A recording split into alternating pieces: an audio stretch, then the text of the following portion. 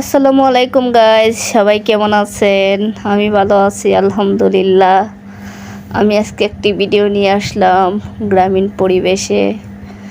তাই আমি মিষ্টি কুমড়া দিয়ে একটি লাউ রান্না করব। লাউ বলতে মিষ্টি কুমড়া, আমরা গ্রামের ওইদিকে দেশি লাউকেও লাউ বলি, মিষ্টি কুমড়াকেও লাউ বলি। ইন্টারেস্টিং একটি বিষয়, কিন্তু বা শহরের দিকে মিষ্টি কুমড়া বলা হয়। তো তাই আজকে মিষ্টি কুমড়া দিয়ে বা লাউ দিয়ে যেটাই হোক ওইটা দিয়ে আজকে আমি রান্না করব।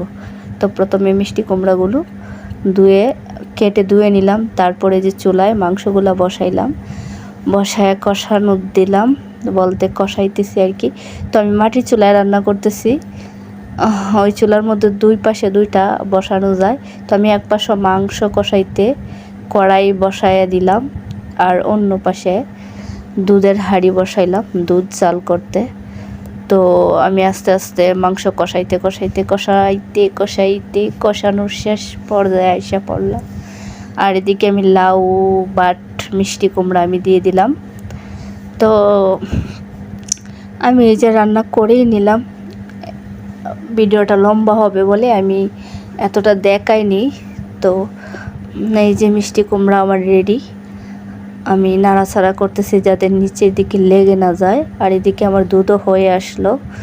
এই যে দুধ উতলাইতেছে। আমি পারতেছি না, ট্যাকেল দেওয়া সম্ভব না। আমি পারতেছি না। এই যে দুধ পড়তেছে।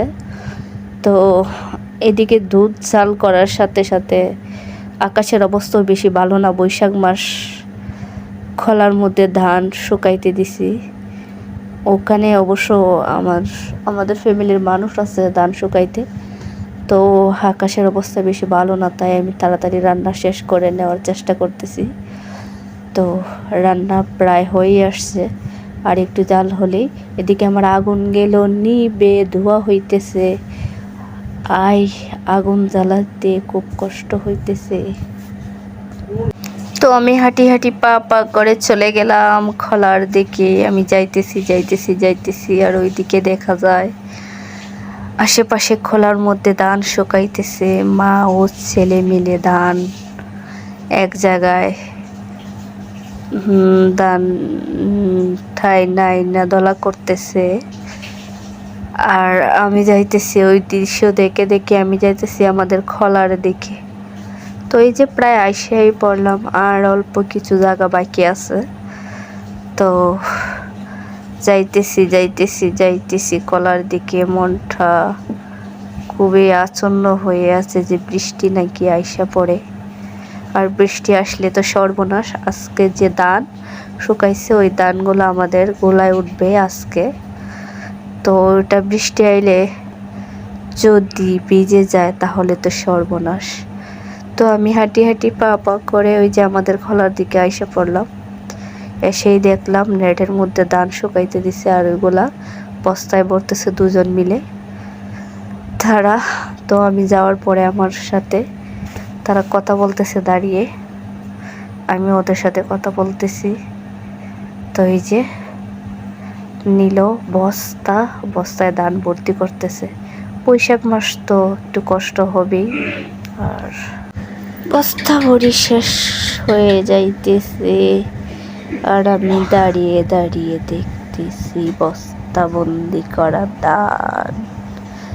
তো গাইস, ভিডিওটা কেমন লাগলো সবাই বলে যাবেন কমেন্টে আইসা, আর একটা শেয়ার করবেন, আমার চ্যানেলটা সাবস্ক্রাইব করবেন। আমি নতুন, আমি জানিও না কিভাবে ভিডিও মেক করতে হয়। তো এই আর কি, প্রথম ভিডিও মেক করা শুরু করলাম। তো আপনারা আমার পাশে থাকবেন। আর এই যে বৈশাখ মাসে অনেক কষ্ট করে। তো এই যে আমার ছোট বোন ধান করতেছিল, তো আমি ক্যামেরা ধরায় পালিয়ে যাইতেছে, ক্যামেরার সামনে আসতে চায় না। আর ওদিকে ধান রোদে শুকানোর জন্য ধান লাড়া হইল। তো এই আর কি আমাদের গ্রামীণ জীবনের চিত্র।